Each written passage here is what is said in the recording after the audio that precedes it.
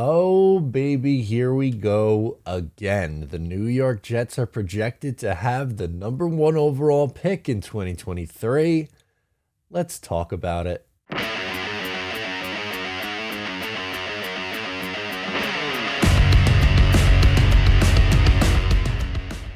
Hey, what's going on? I'm Matt O'Leary back with another video, and today I'll be talking about the ESPN Football Power Ranking Index, whatever these bozos are calling themselves these days. Before we get started today, I just wanted to mention you can follow on social media at Matt O'Leary NY.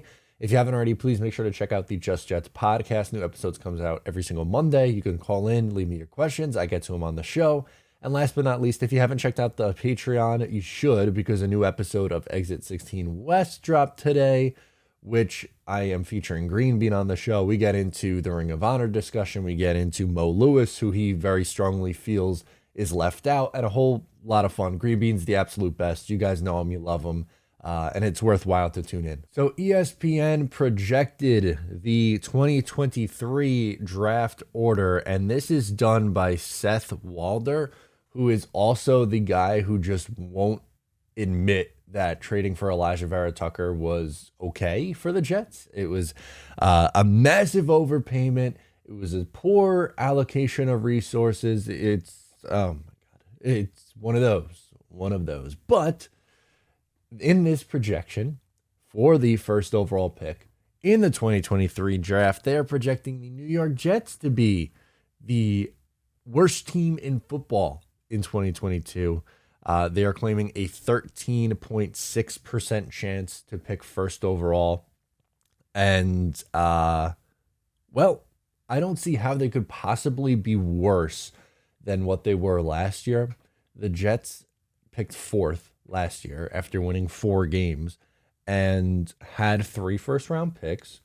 They also had a high second-round pick who is expected to have an immediate impact right away. They have a second-year quarterback who is expected to take a step forward. They have Lincoln Tomlinson, who's a Pro Bowler that they added in free agency. They also added a high-quality starter in both DJ Reed and Jordan Whitehead. And somehow, some way, they are still ranked lower than some of these other teams. How? In what world are the Jets in a worse situation than, I don't know, let's just run through a few. Houston, Chicago, Jacksonville, maybe Detroit. Like, there's so many teams on here. The Jets are 1, Chicago 2, Houston's 3, Jacksonville's 4, Atlanta's 5. That's another one. They have Pittsburgh at 6. I would be surprised if Pittsburgh's picking that high. I know that this roster has some flaws, especially at the quarterback position, but I think with how good of a coach Mike Tomlin is, that it's not going to be that catastrophic of a fall. But that's beside the point. Carolina, oh my God, forgot about Carolina. Detroit, Seattle, oh my God, how did we forget about Seattle? The Giants, like, I don't I don't get it. But if you remember a few weeks ago, I was talking about with the Jets getting, I thought maybe the Jets are getting a little too much love. I like this. Let me explain why I like this. The Jets are going to come out and prove people wrong if this is the take. If they're saying, oh, this is going to be the worst team in the league, okay, bulletin board material. That's just what, for my personal preference, where I like to be in whenever I played sports or just in anywhere in life. It was from a prove people wrong mentality. I root for underdogs, always have. Jets fan, obviously, most part underdog.